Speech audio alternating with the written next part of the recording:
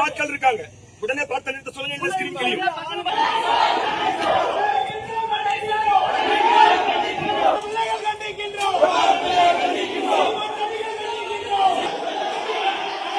இழிவுபடுத்தும் விதமா எடுக்கப்பட்டது.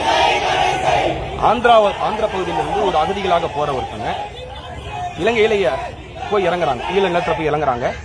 இறங்குறவங்க அங்க வந்து கடத்தல் தொழில ஈடுபடுறாங்க. அந்த தொழில ஈடுபடுறோட தலைவனுக்கு பேர் முருகன்.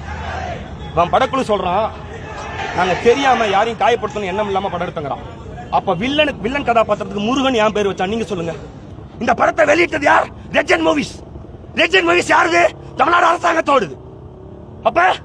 அப்ப இவனுங்க இன உணர்வை மழுகடிச்சு எங்களை தூண்டி விட்டு எங்களை வன்மையாளர் ஆக்குறத நோக்கமா?